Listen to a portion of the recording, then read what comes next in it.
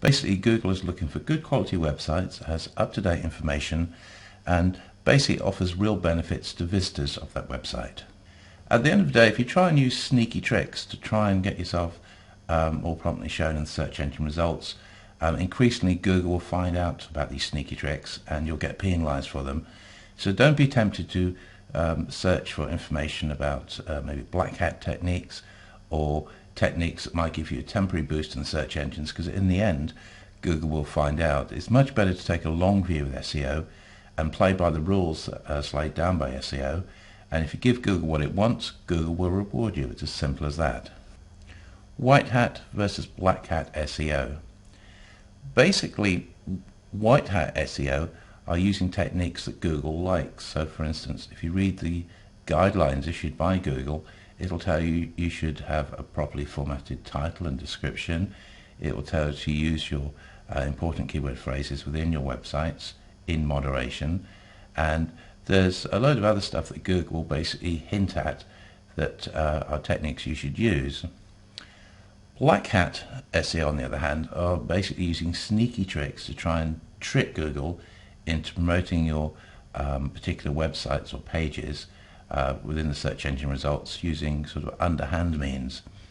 And increasingly Google is getting very good at finding these black hat techniques.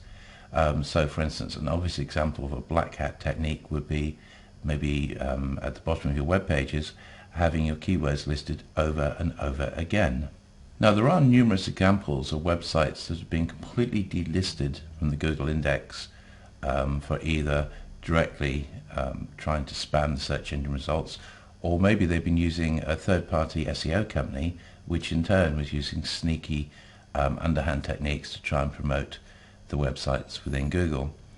Well-known examples of this are BMW in Germany, who got banned for a while, and more recently Interflora got completely banned from the UK index for a while. In both cases, allegedly, they'd outsourced the work, and the party doing the SEO work for them had in some way infringed the terms of service as issued by Google. Now, the Google Webmaster Guidelines. The good news is that if you bother to take the trouble to read them, Google does actually issue quite detailed guidelines about what you should and shouldn't do.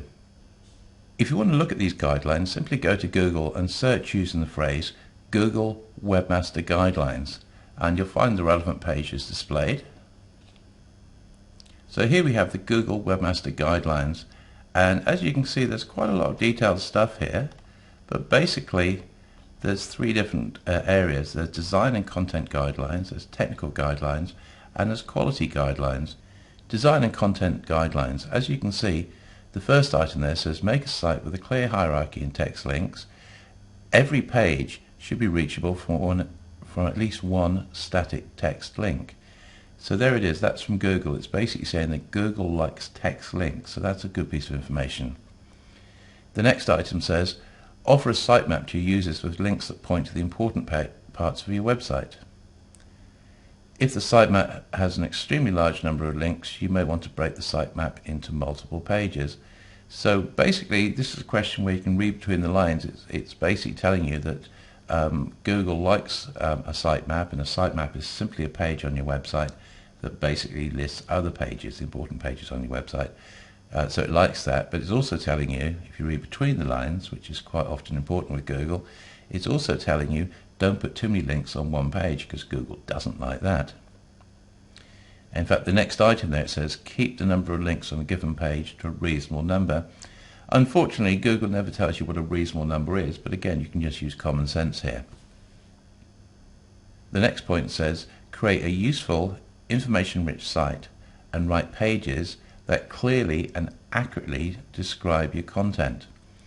So again, you have to read between the lines. What Google is basically saying here is write pages that basically relate to your product or service, and don't try and sort of sneak extra things in. That's what it's really telling you, because it does say accurately describe your content. So don't try and sneak extra bits and pieces in on a particular page just for the sake of SEO.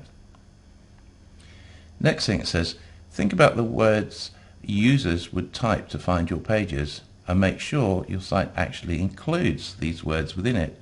So again, it's kind of obvious in a way, but if you're a plumber in Perth, and if you don't use the words plumber and Perth in your pages, then it's pretty unlikely Google is going to understand that your particular website is about a plumbing service in Perth. So again, a lot of this is kind of obvious, but you just got to think of it from a search engine's point of view. Content is king. Google is on record as basically saying what it's looking for is good quality websites with high quality information that's actually worth reading. If you just simply stuff your web pages with low quality information purely for the benefit of the search engines, then increasingly Google is wise to this and it will find this out. The other thing about having quality content, according to Google anyway, is that if you have good quality content, this will attract what's called natural linking. So if you've, let's say you've got a plumbing site and you've got some pages on there about general advice, how to fix leaky tap or whatever it happens to be, providing you provide the good quality information, the idea is that people will automatically start linking to your website as a good source of information, as a sort of reference source if you like. And certainly in Google's view, this is how linking should start working in your favor, because basically people will start linking to your website as a reference site. Freshness, this is another Google concept, and basically freshness means up-to-date content. So what Google likes is to see websites that have good quality information and up-to-date quality information and information that changes on a regular basis. Now the way Google works is that initially Google will come to your website and it might just index the home page and it'll take a snapshot of that and try and figure out what your site is about, and it'll start using that information in search engine results. Then Google will go away and then it'll come back again.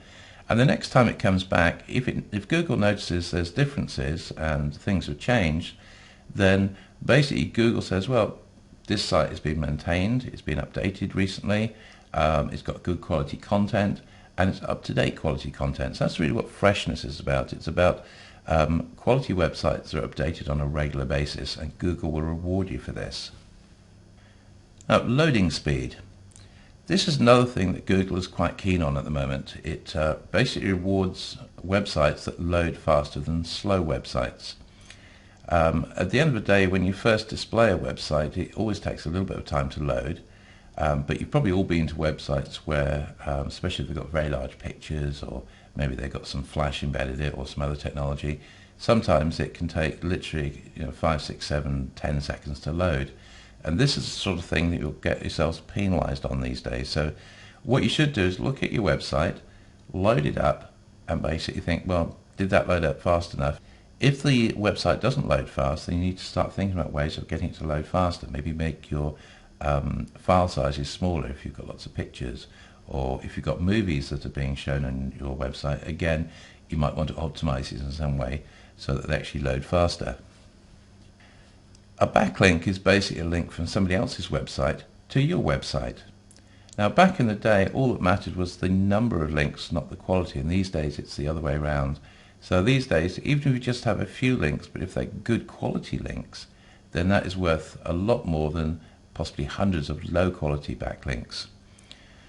Now, a mistake that a lot of website owners have made over the years is that they've gone out and they bought in links from a company that sells links by the 100 or by the 1,000. And these days, if you buy low quality links to your website, you'll find you can actually get penalized for this. This is a really bad idea these days. What you want are links from high quality sites. By high quality, I mean links from websites that have basically a high page rank, basically have a good standing, if you like. What you don't want are links from websites that are known as spammy websites, or sites that maybe host malicious software on them. Those are the sort of links you definitely do not want. And again, these days there is a whole industry in actually identifying the bad links to people's websites and getting rid of them. Interestingly, Google fairly recently introduced a new tool so that if someone was linking to you from a bad website area, then you could use what's called the disavow tool, and basically this wouldn't actually remove the link because that would be on somebody else's website, but you could ask Google to try and please ignore that link because it's been put in place, you've done your best to get rid of it, and if people won't remove the links to your website from bad areas, then the best you can do is ask Google to sort of overlook it, as it were. But as I say, quality is important, not quantity. These days it's very important to realize that having bad links from other sites to your website can actually harm your website these days. Internal linking. In the same way that you can link to other people's websites and other people's websites can link to you, you can also link between the pages within your website. And again, it's worth thinking about the structure of your website. So obviously you've got your home page, and then generally the important other pages would be things like the products page, or maybe the about us page, or something like that. So basically you want to make sure that you have clear text-based links to all your important web pages within your website. Using keyword phrases within your page text. It might seem obvious, but as an SEO company, we see this over and over again. People ring us up and say, well, we're, for the sake of argument, a plumbing company in Joondalup, and they say when we type in plumbing Joondalup, we're not, we just can't be found. We're just not there. And then when we go and actually investigate their websites, they might possibly have the word plumbing, but not the word Joondalup. And if you don't have specific text mentioned within your websites, then Google's not going to know about it. So, if you are a plumbing company in Joondalup, then it's kind of obvious in a way, but you must make sure that the words plumbing and plumbers and variations on that theme, that's contained within your website, along with the actual words like Joondalup or Perth or other associated suburbs. So again, it's really obvious when you think about it, but it's amazing how often we see this kind of mistake. So just make sure your important keyword phrases are actually listed within the text contained within your website. Titles and description that match page content. When people start researching SEO for themselves, pretty soon they discover the importance of what's called the page title and also the page description. But unfortunately, that's just half the story. You should make sure that you have a good page title and a good page description, and you should make sure that the title and description actually matches the content on every single page. So by extension from that, it basically means you need a different title and a different description on every single page. You should have unique titles and unique descriptions. And again, it's a very common mistake we see that when we go and look at people's web pages, every single page within the website has exactly the same title and exactly the same description, regardless of the actual content on each page. And as I say, this is a very common error, and Google will certainly not reward you for having duplicate titles everywhere. In fact, there are tools available from Google that will allow you to identify the fact you've got duplicate titles or duplicate descriptions on different pages that are using the same titles and descriptions. And that's a pretty good indication of the fact that Google doesn't like that sort of shortcut. You should have unique titles, unique descriptions for every single page.